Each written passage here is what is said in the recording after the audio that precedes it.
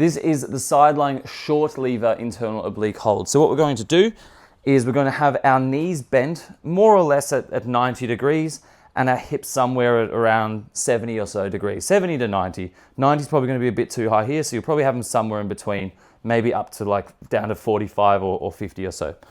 What we're going to do from here is we're going to slide this top knee upwards and backwards like this. When I pull it up and back, I end up hiking this hip. Another way to think about it is just think about hiking this hip, pulling this side of your pelvis up towards your shoulder like this.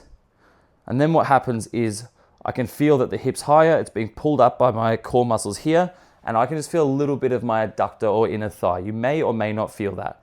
What you can do though is just push this knee gently down into the other one, and now I'm already feeling the oblique working by virtue of this hike. What I'm gonna do is I'm just gonna hold in this position and I'm gonna think about pulling myself up towards, like sort of pulling my upper body up towards this hip. So now I wanna go, I pulled the hip towards the shoulder, I wanna keep it like this, so this side's higher, and now I wanna pull the shoulder towards the hip here.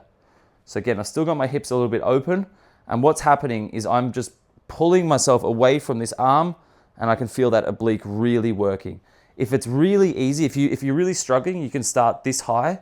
If it gets easier and easier, you can just come lower, and then you want to think about pulling yourself off the ground, your upper body off the ground like this. And just holding, reach that top arm forward and breathe.